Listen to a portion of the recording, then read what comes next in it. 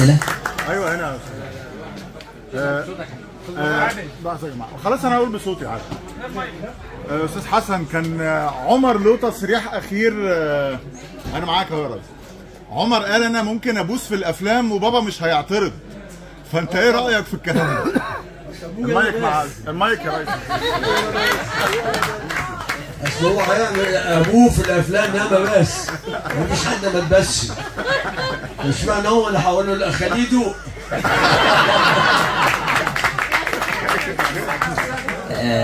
طب رجوع برضو الفنانه شمس البارودي، كل يوم اخبار تتقال انها راجعه. عايزين نعرف ليه دايما في ضغط عليها انها ترجع، وبتقابلوا ده ازاي في البيت عندكم؟ هي شمس اساسا نسيت انها ممثله. يعني هي بقى لها من سنه 81 لغايه دلوقتي كام سنه. هي حياتها وحبها لبيتها واولادها وجوزها اهم من اي حاجه. وبنتها هنا وتشهد عليها بكده. هي تحب المطبخ قوي كمان. تحب المطبخ اكتر مني. يا بخت حضرتك. مش كده يا داري؟ وحياتها تبقى سعيده قوي ببيتها. تعالي كلمي بابا. سعيده قوي ببيتها مع اولادها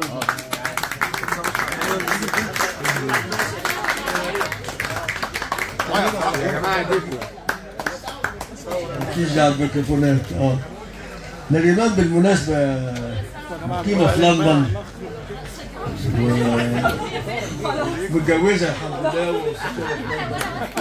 بس بتجيلي في سنه 4 مرات. ما بتحبش الاضواء. ما بتحبش الاضواء. يا حلاق خلاص ما تتكلمش عليا يا بابا. انت يا ابني حبيبتنا كلنا والله العظيم. سلمي على ماما. طب احنا اتكلمنا